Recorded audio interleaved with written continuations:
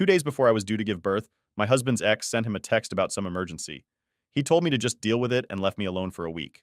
When he finally returned, he was shocked to find his mom at our house with these papers. Oh boy. When I first met Andy, everything seemed like it was falling into place. We met at work, where he was always the guy people looked up to, someone who got along with everyone. I had just switched departments, and we ended up working on the same project. We hit it off pretty quickly. I won't lie, at first I thought it was just a harmless work crush. You know how it is when you spend a lot of time with someone and start seeing them in a different light. But with Andy, it turned into something more serious pretty fast. We started dating about 3 months after we first started working together. At that point, I didn't know much about his past relationships. And honestly, I didn't think much about it. We were both in our early 30s, and everyone has some sort of history by then, right? I was more focused on how well we clicked. He was charming, attentive, and we just seemed to get each other. It felt easy and natural, which was a big deal for me because I've had my fair share of complicated relationships. We would go on these little weekend trips, explore new restaurants in the city, and just enjoy each other's company. It was fun, and I felt like we were really building something solid. We talked about our lives, our plans, and eventually, our pasts. I told him about my ex, who I had dated for 4 years, 3 years in college and 1 year after that. We broke up because we were heading in different directions in life, and honestly, it was a mutual thing. We didn't stay in touch, and I didn't have any lingering feelings. Andy, on the other hand, had a different story. He told me about his ex, Megan, who was his high school sweetheart. They had been together for a long time, since they were 16, all through college, and even a bit afterward. When he told me they had broken up because she wanted to take a job in Australia and he didn't want a long-distance relationship, it seemed pretty straightforward. He mentioned they tried to make it work for a few months, but eventually they both agreed it was best to move on. I remember thinking it was a mature decision and I respected him for that. I didn't feel threatened by her at all. I mean, it had been 5 years since they broke up when we met, and it sounded like they had both moved on. He even told me they were still friends and part of the same circle. I thought it was great that they could remain friends after a breakup. It showed that they were both mature enough to handle their emotions, which is something I valued in a partner. Fast forward to 9 months into our relationship, and Andy decided it was time for me to meet his friends. I was excited, but also a bit nervous because meeting your partner's friends is always a big step. It means you're getting integrated into their life in a more significant way. Plus, I wanted to make a good impression because, let's face it, how your partner's friends see you can sometimes impact your relationship. We were all set to go to this New Year's Eve dinner where everyone from his friend group would be there, including Megan. I wasn't expecting that, but I figured it wouldn't be a big deal. Andy had told me so much about her, all good things, and I had no reason to feel insecure. But when we got to the restaurant and I finally met Megan, I immediately noticed something was off. From the moment we shook hands, her vibe with me was totally different from what Andy had described. He'd made her out to be this warm, easygoing person, but I didn't get that from her at all. Instead, she had this weird energy that made me uncomfortable, like she was sizing me up the entire time. I brushed it off at first because I figured it was just me being nervous. But then she started making these snide remarks that were disguised as jokes. You know the type, those comments that seem harmless on the surface, but there's an edge to them that makes you feel like you're being attacked. For example, she made a comment about how I looked different in person than in pictures. It caught me off guard and I wasn't sure how to react, so I just kind of laughed it off. Everyone else laughed too, so I thought maybe I was overthinking it. But then she followed it up with, I didn't think you'd be Andy's type. He usually goes for tall blondes. Now, I'm not tall, and I'm definitely not blonde, so that stung a bit. But again, I let it slide because I didn't want to cause a scene. I was meeting his friends for the first time, and I didn't want to be that person who made a big deal out of nothing. But inside, I was starting to feel really uncomfortable. It was like she was trying to put me in my place, reminding me that she had been there first. The rest of the night didn't get any better. At one point, Megan raised a toast to Andy finally moving on, which I thought was a nice gesture until she added, if it weren't for me deciding to move to Australia, none of us would be here tonight. It was awkward.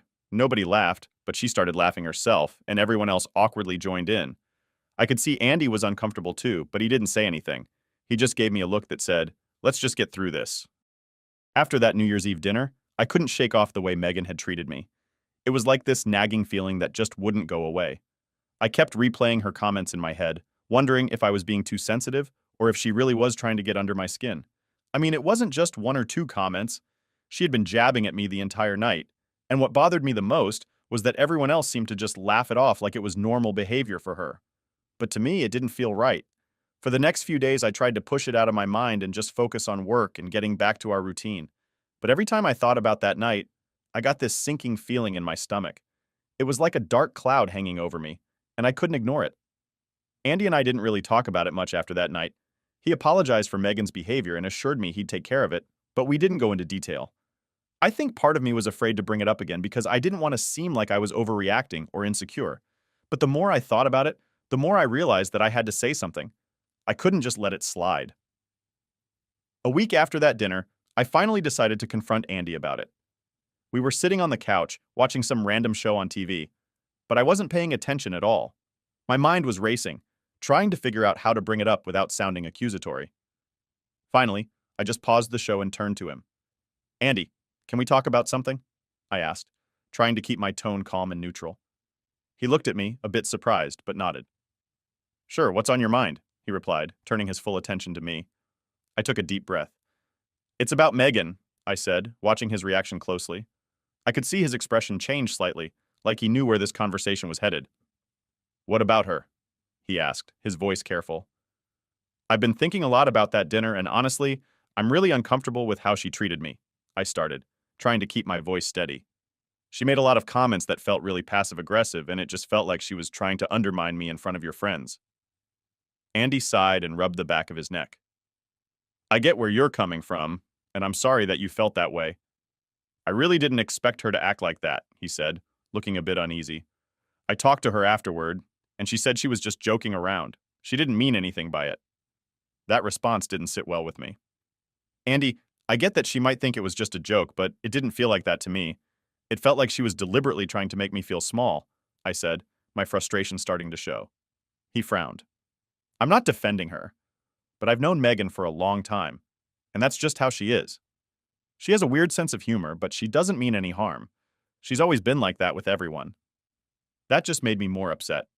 But I'm not everyone, Andy. I'm your wife. I should be able to feel comfortable around your friends, and I didn't feel comfortable at all that night, I said, my voice getting a bit sharper. And what bothers me even more is that nobody else seemed to think it was a big deal. It was like everyone was in on some inside joke that I wasn't a part of. Andy looked down, clearly uncomfortable with the direction this conversation was taking. I'm sorry you felt that way, really. I didn't want you to feel excluded or disrespected, he said.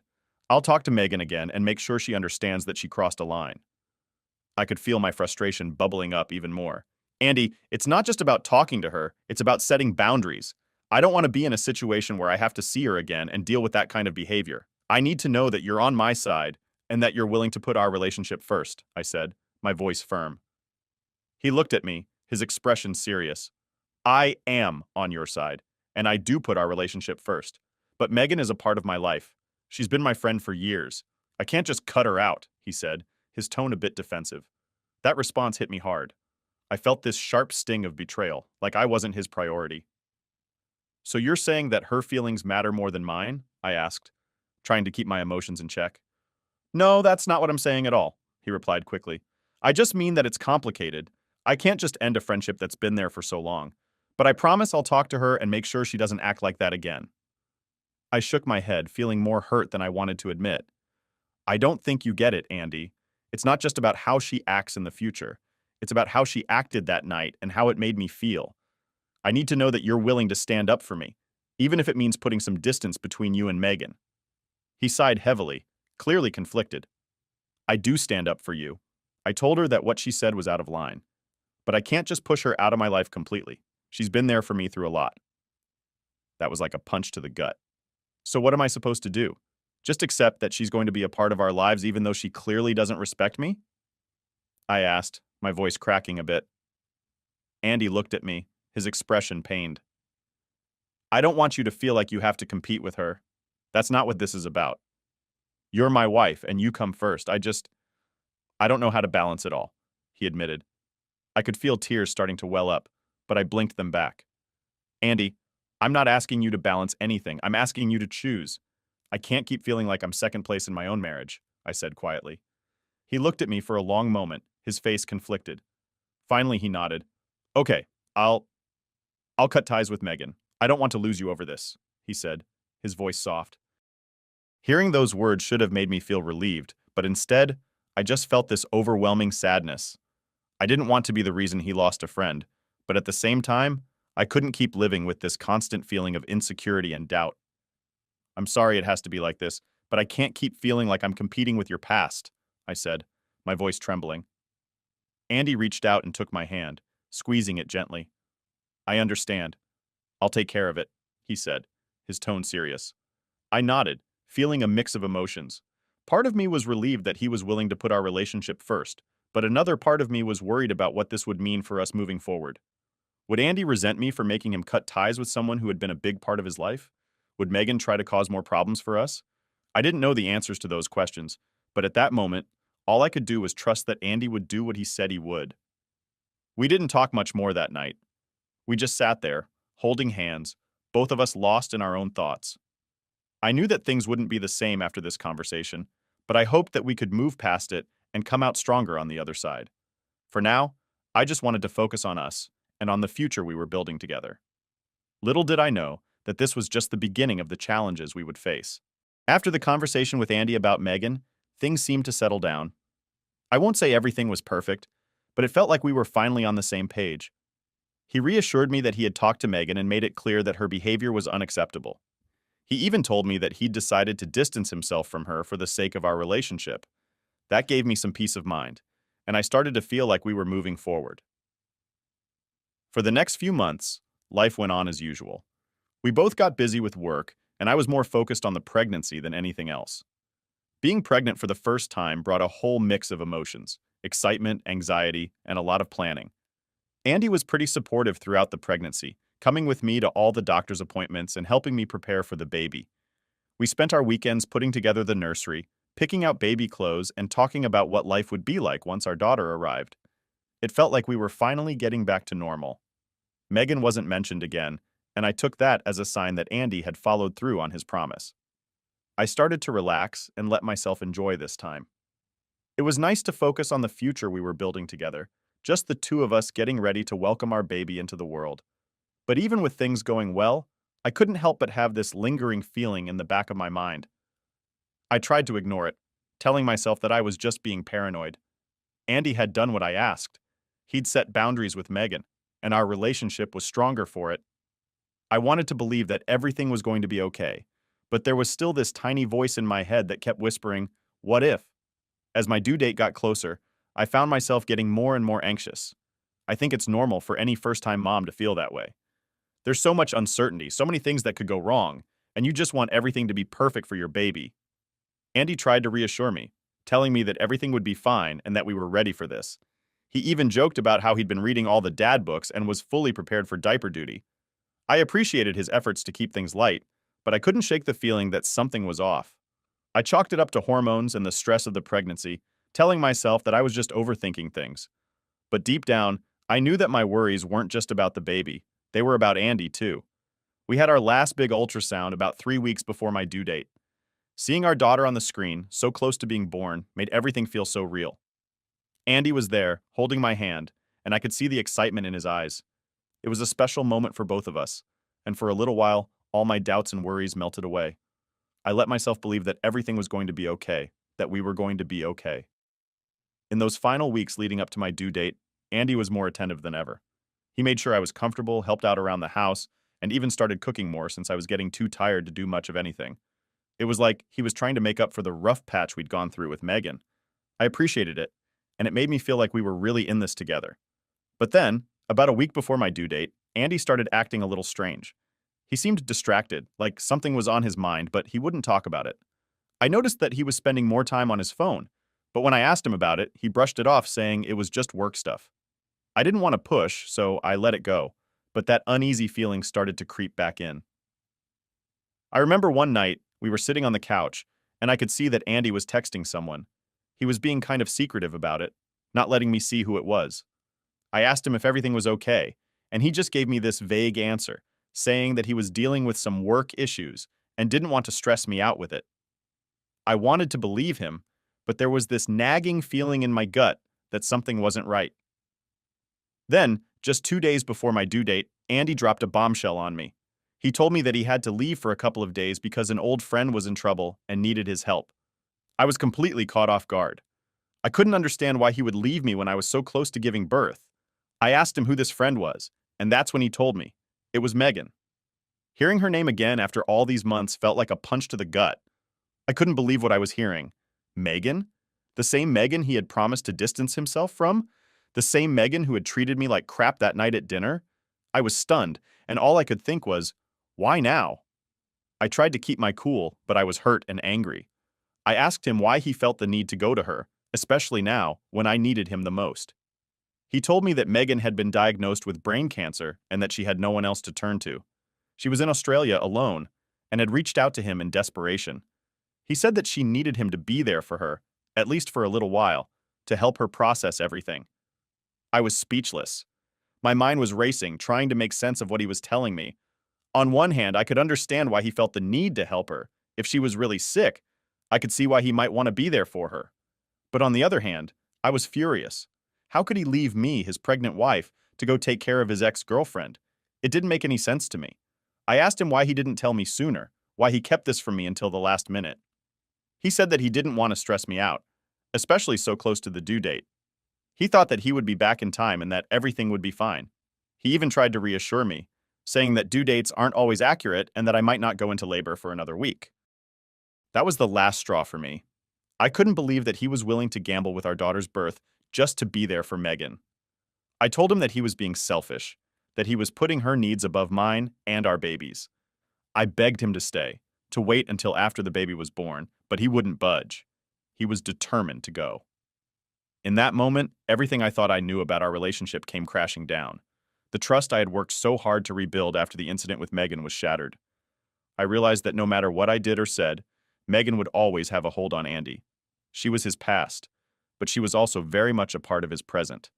And now, she was threatening to destroy our future. Andy left that night, and as I watched him walk out the door, I felt this overwhelming sense of betrayal. I was on the verge of giving birth to our child, and the person who was supposed to be my rock had just walked out on me. I felt alone, abandoned, and more scared than I'd ever been in my life. The calm before the storm had ended, and I knew that nothing would ever be the same again.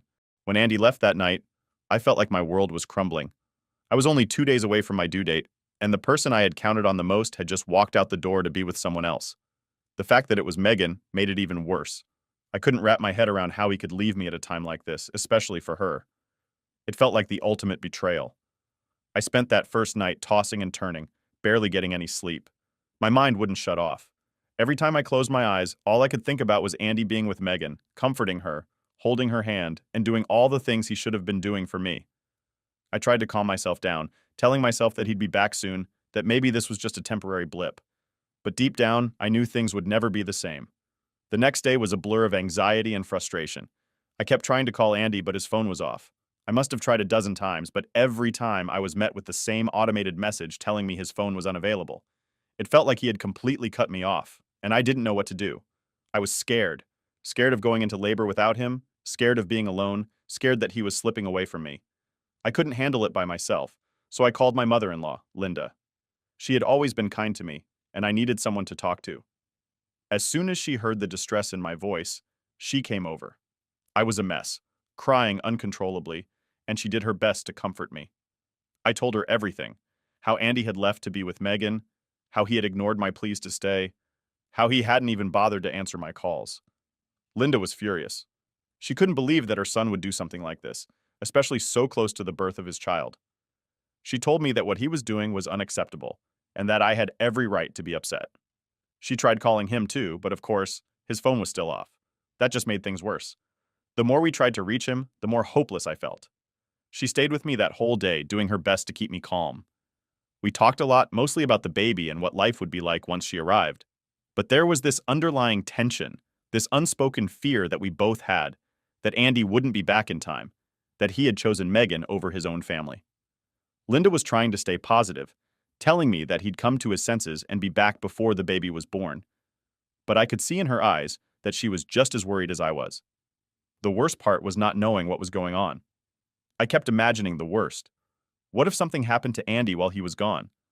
What if he decided not to come back at all? My mind was going in a million different directions, and I couldn't focus on anything else. Every time my phone buzzed, I jumped, hoping it was him, but it never was. It It was like he had disappeared completely. By the time the sun set that day, I was exhausted. Emotionally, physically, mentally, every part of me was drained. I was on edge, constantly checking my phone, hoping for some sign that Andy was okay, that he was coming back, but there was nothing. Linda eventually convinced me to try and get some rest, saying that I needed to take care of myself for the baby's sake. I knew she was right, but it was hard to sleep when all I could think about was how everything had gone so wrong. That night, I finally managed to get a few hours of restless sleep, but it was more like my body shutting down from sheer exhaustion than actual rest.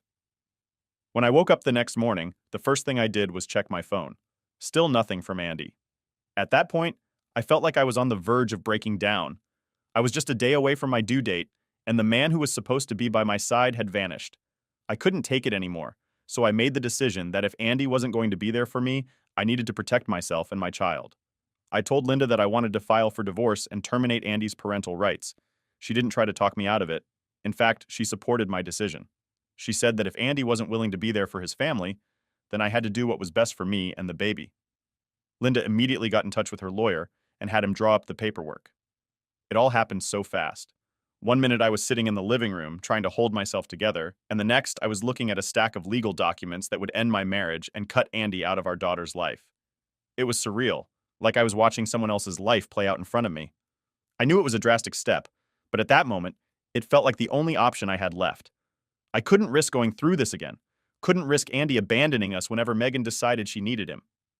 I had to think about my daughter and what was best for her. And right then, it seemed like the best thing I could do was to protect her from the uncertainty and instability that Andy had brought into our lives. By the afternoon, the papers were ready. All I had to do was sign them. Linda was there with me, holding my hand as I read through the documents. My hands were shaking, and I could barely focus on the words in front of me. But I knew I had to do this. I had to take control of the situation, even if it meant making one of the hardest decisions of my life. I signed the papers, feeling a mix of emotions: anger, sadness, relief, fear. I didn't know what the future held, but I knew I couldn't keep living with this constant anxiety, wondering if Andy was going to be there when I needed him. I handed the papers back to Linda, who promised me that she would take care of everything. That evening, I went into labor. It was like my body had been holding on until I made the decision to protect myself and my child, and once that was done, it was ready. The contractions started slowly at first, but they quickly intensified. Linda was right there with me, helping me through it, and she called my parents, who immediately got on a flight to come and be with me. Even though I was in pain, all I could think about was Andy. I kept hoping that he would walk through the door, that he would realize what he was doing and come back to be there for the birth of our daughter. But he didn't. My parents arrived just in time to take me to the hospital, and they were by my side as I gave birth to our beautiful baby girl. It was the most bittersweet moment of my life. Holding my daughter for the first time should have been the happiest moment, but there was this emptiness, this aching void where Andy should have been. I kept telling myself that I was doing the right thing, that I was strong enough to do this on my own, but it still hurt, more than I ever thought it would. After I gave birth to our daughter, I didn't even call him my mother-in-law. My parents and I were staying at home together. My parents are supposed to go back tomorrow, though, so after that it's just going to be me and my mother-in-law.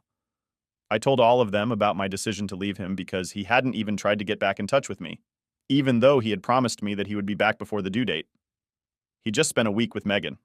Anyway, last night he came back home pretty late. I opened the door to him and he instantly hugged me when I shook him off and said I wanted nothing to do with him. Then, on hearing the doorbell ring and the door being open, my mother-in-law walked into the room with the papers and literally threw them in her son's face and said that she wanted him to leave that very instant.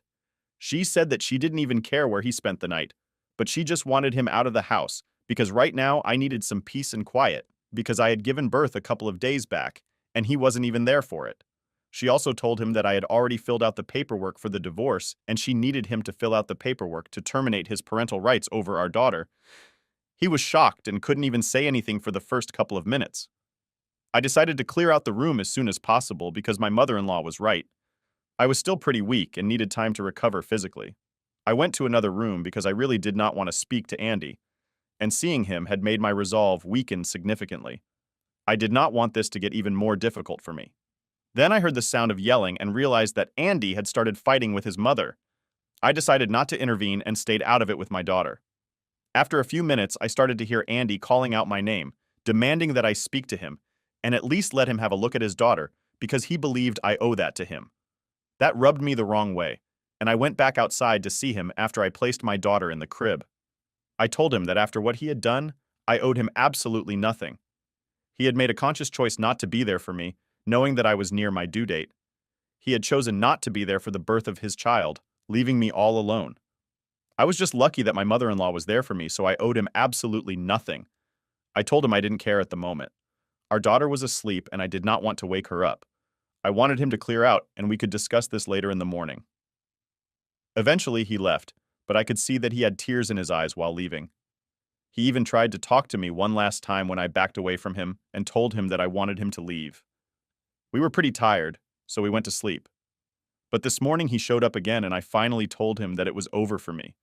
It had been over the very second that he had left to be with Megan, and there was no way that he could say anything to bring me back. My mother-in-law was in the same room, but I had told her that I wanted to have this discussion with him myself and clear it out once and for all. He then literally started crying and begging, and my mother-in-law had to leave the house with a baby so that our daughter would not have to hear any of that since he was being pretty loud. He kept insisting that he had only gone because Megan had been begging him to claiming that she was on her deathbed. He had spent a week there because she had absolutely no family there and was really lonely. He had spent all of those days trying to comfort her and be there for her.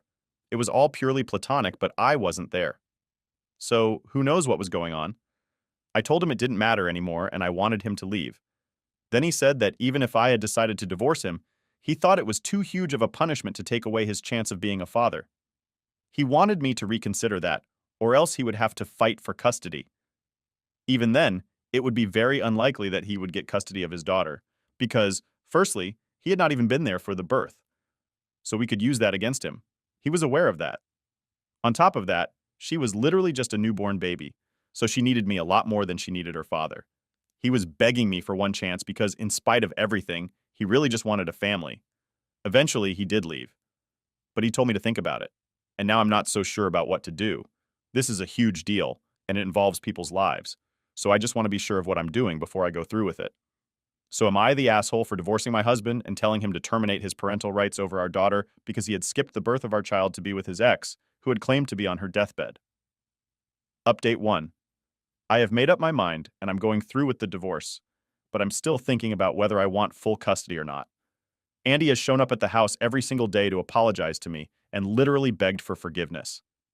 Every single day I have found it harder to turn him away, but I know that I have to do it.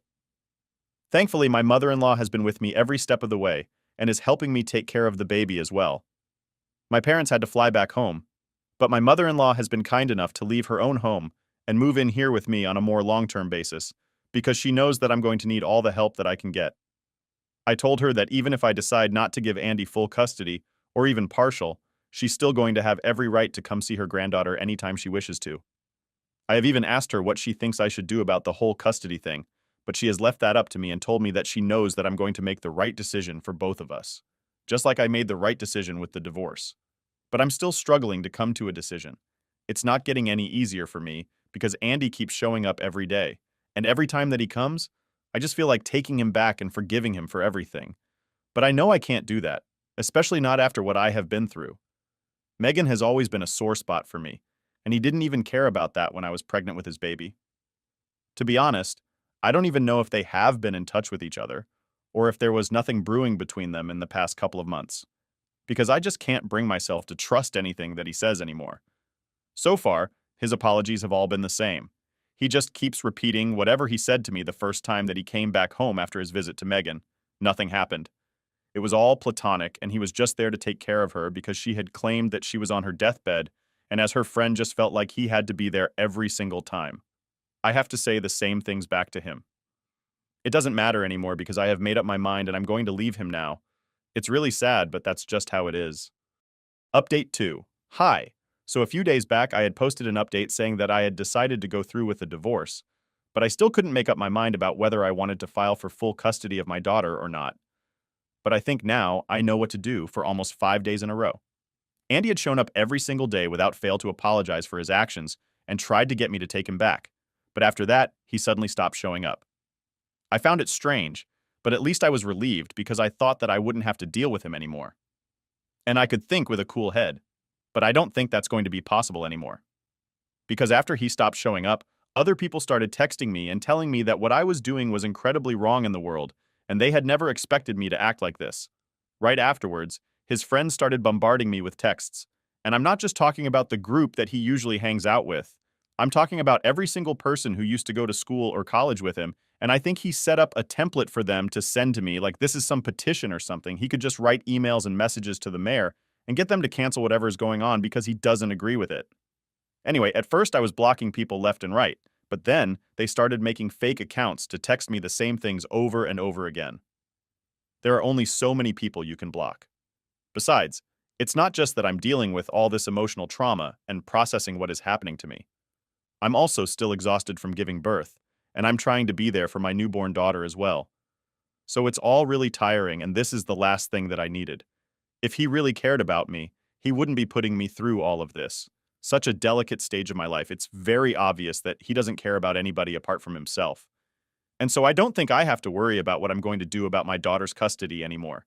I'm going to file for full custody, and that's it. Of course, he still has the papers and can sign his rights away in case he doesn't decide to do that. I've spoken to my lawyer, and this is happening. The messages that I have been receiving so far are not nice. And I know for a fact that he has written the template message and told his friends to send it to me. It really reflects what he believes more than anything else. If this is what he believes about me, I don't think we need to be together at all. The reason I'm so upset is because the messages had this line. We never expected you to be the kind of person who would use their child as a pawn to punish their partner and play mind games like this. Like, is he for real? Does he seriously think that I'm using our daughter to punish him for what he did? I don't think he understands how marriages of children work. Because if he did, he never would have said this. That in particular really hurt me and helped me make up my mind when I showed those messages to my mother-in-law.